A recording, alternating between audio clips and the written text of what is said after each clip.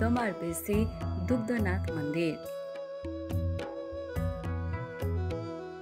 महालक्ष्मी नगरपालिकाको वडा नम्बर 4 मा पर्ने यो स्थान मध्य पहाडी राजमार्गको लेगुवा खण्डबाट करिब 1 किलोमिटर पश्चिम शङ्खसभा जिल्ला जाने सडक सञ्जालको पहुँचमा रहेको छ। अरुण नदी किनारामा रहेको यो बेसी धनकुटा जिल्लाकै धान उत्पादन हुने पकेट क्षेत्र पनि हो। वर्षैभरि विभिन्न धान, मकै लगायतका बाली लागिरहने सो स्थान वर्षैभरि मनोरम दृश्य देखिन्छ, जसले जो कोहीलाई आकर्षित गर्छ।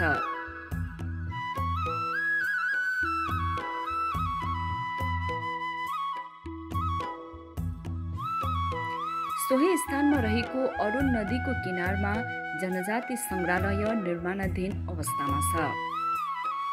महालक्ष्मी नगर क्षेत्रमा बसोबास गर्ने विभिन्न जात जातिसँग सम्बन्धित वस्तु संग्रह गरी सञ्चालनमा आएपछि सो क्षेत्रमा पर्यटन प्रवर्धनको लागि सहयोग पुग्नेछ। संग्रहालय नजिकै विश्रान्ति धाम समेत रहेको छ।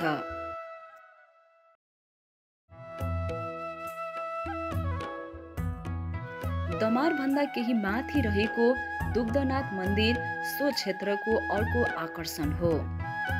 सुक्खा स्थान भए पनि मन्दिर आसपास गाईको थुनबाट दूध बगे जस्तो गरी पानी झरेको देख्न सकिन्छ।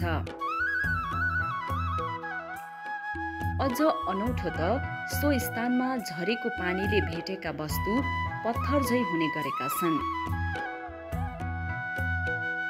मन्दिरमा चढाएका केही घन्टी पत्थर झै भइसकेका छन्।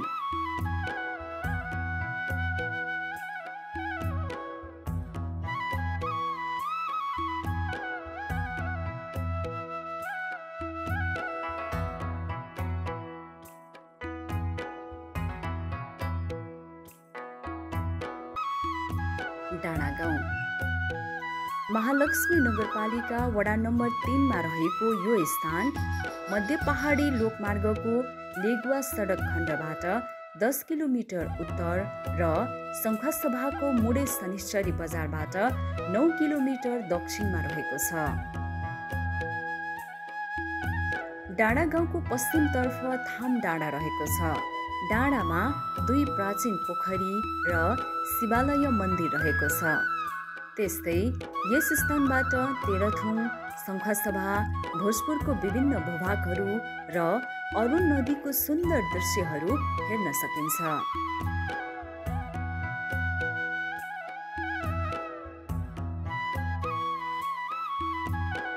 छम्बु सामुदायिक वनमा रहेको छम्बु भिर, छम्बु गुफा पनि यहाँका आकर्षण हुन्।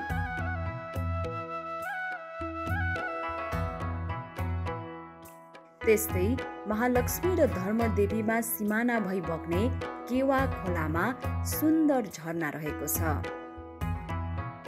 केवा झरना यस क्षेत्रको अर्को एक पर्यटकीय गन्तव्य हो।